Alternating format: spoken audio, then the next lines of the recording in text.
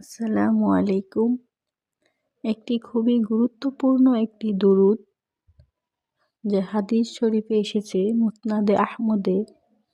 আর দুরূদটা হচ্ছে আল্লাহুম্মা সাল্লি আলা মুহাম্মাদিন ওয়া আনজিলহুল মাকআদাল মুকাররাবা ইনদাকা ইয়াউমাল কিয়ামা।